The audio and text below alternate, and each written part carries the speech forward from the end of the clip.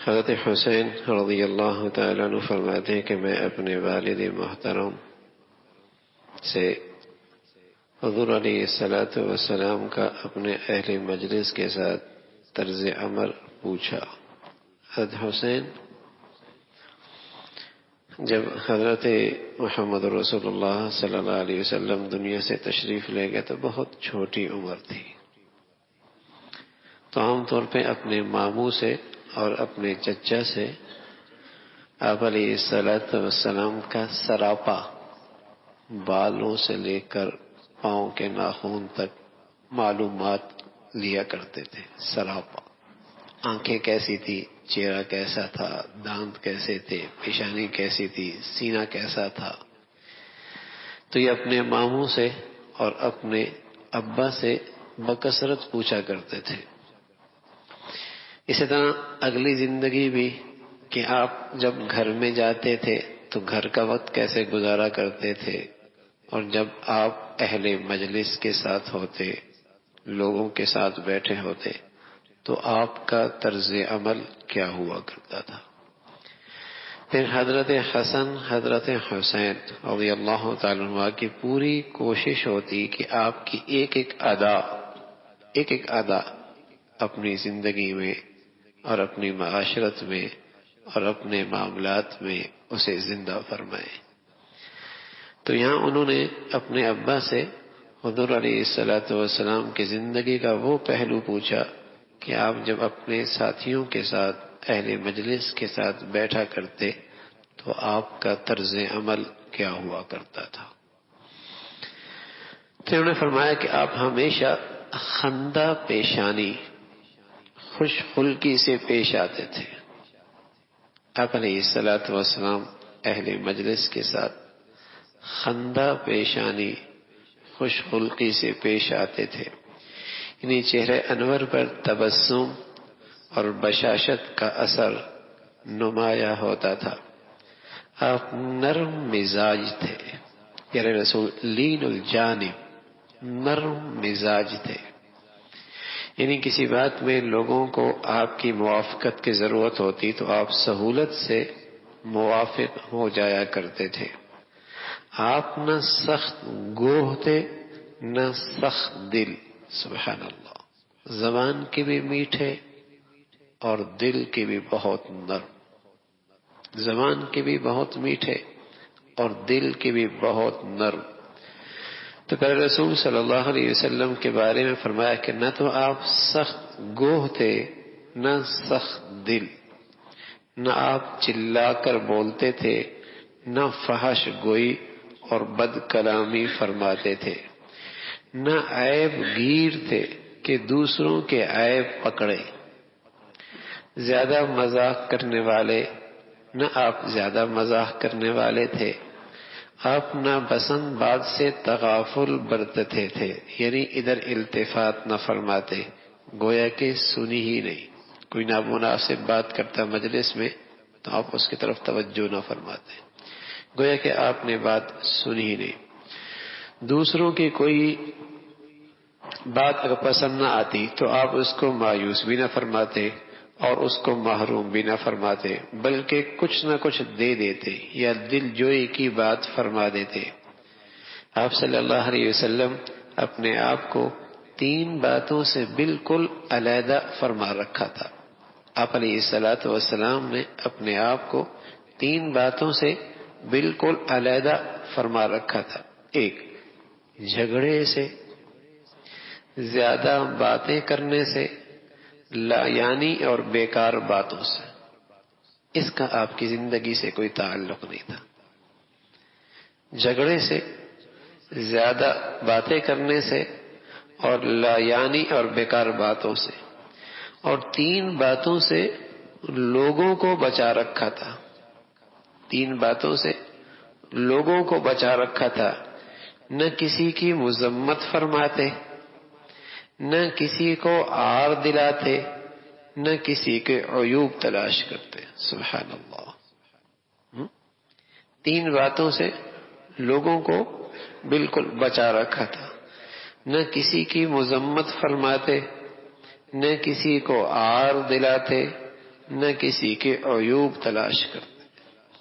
کیا خوبصورت زندگی ہے.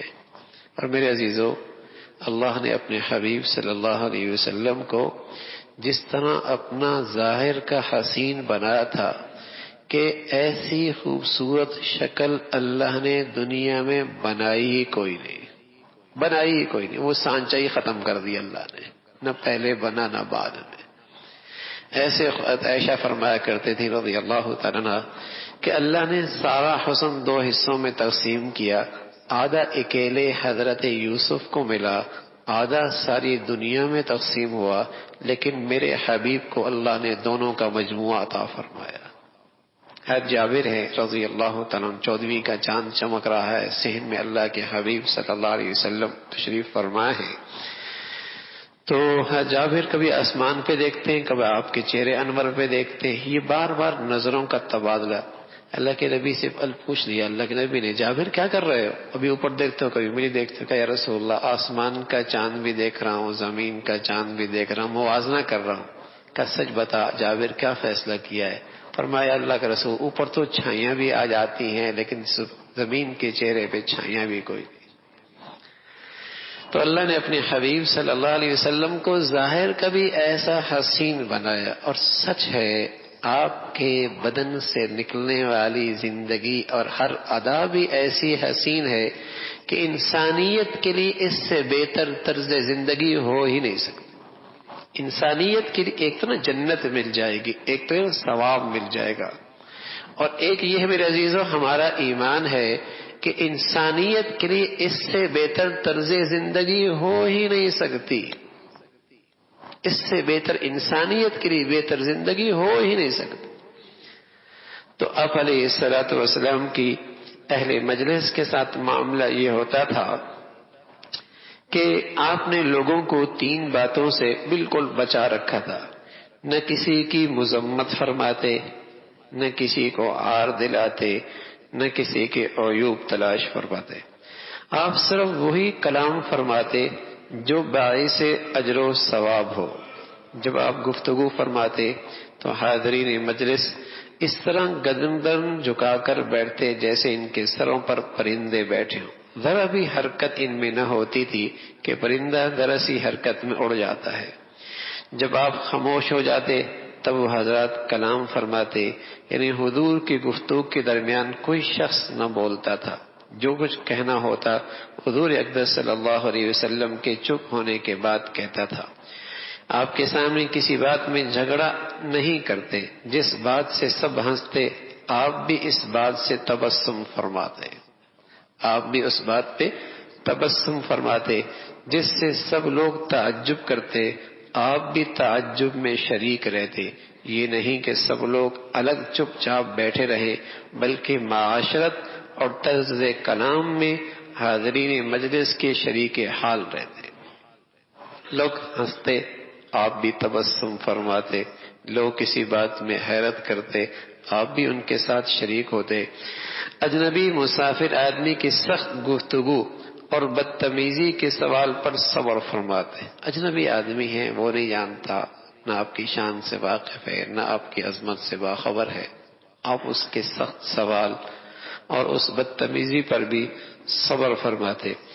چونکہ اجنبی مسافر ہر قسم کے سوال کر لیتے، اس وجہ سے بعض صحابہ ایسے اجنبی مسافروں کو آپ کی مجلس میں لے آتے تھے. دیہاتی لوگوں کو لے آتے کیونکہ وہ تو ہر قسم کا سوال کر لیتے، اور صحابہ اس فکر میں رہتے کہ کوئی بھی سوال کا جواب مل جائے گا، تو لے آتے تاکہ ان کے ہر قسم کے سوالات سے خود بھی نفع ہو، اور ایسی باتیں جن کو ادب کی وجہ سے یہ حضرات نہیں پوچھ سکتے تھے وہ بھی معلوم ہو جائے.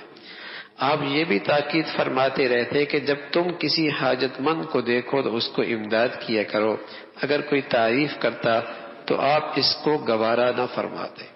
آپ کی شان پر کوئی آپ کی تعریف کرتا آپ اسے پسند نہیں فرماتے. البتہ اگر آپ کسی احسان کے بدلے میں بطور شکریہ کوئی آپ کی تعریف آپ نے کسی پر احسان کیا اور اس نے آپ کی تعریف اور شکریہ ادا کیا تو آپ اس پر سکوت فرماتے کہ احسان کا شکر اس پر ضروری تھا.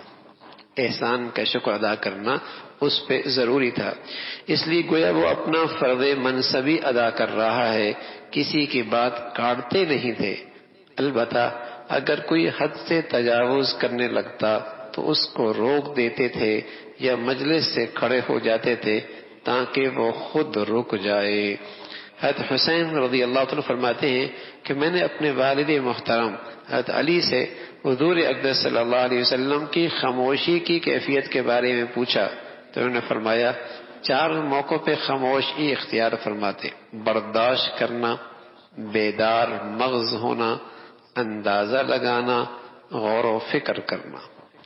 تو یہ حضور علیہ السلام کی خوبصورت نشست ہوا کرتی تھی جو آپ اہل مجلس کے ساتھ لوگ اٹھتے بیٹھتے تھے۔ سچی بات ہے، اللہ کی نبی سے محبت میں اضافہ کیسا ہوگا جو ہمارے ایمان کا حصہ ہے، بلکہ ہمارے ایمان کی بنیاد ہے۔ اس کے بغیر، محبت کے بغیر ایمان کوئی نہیں ہے۔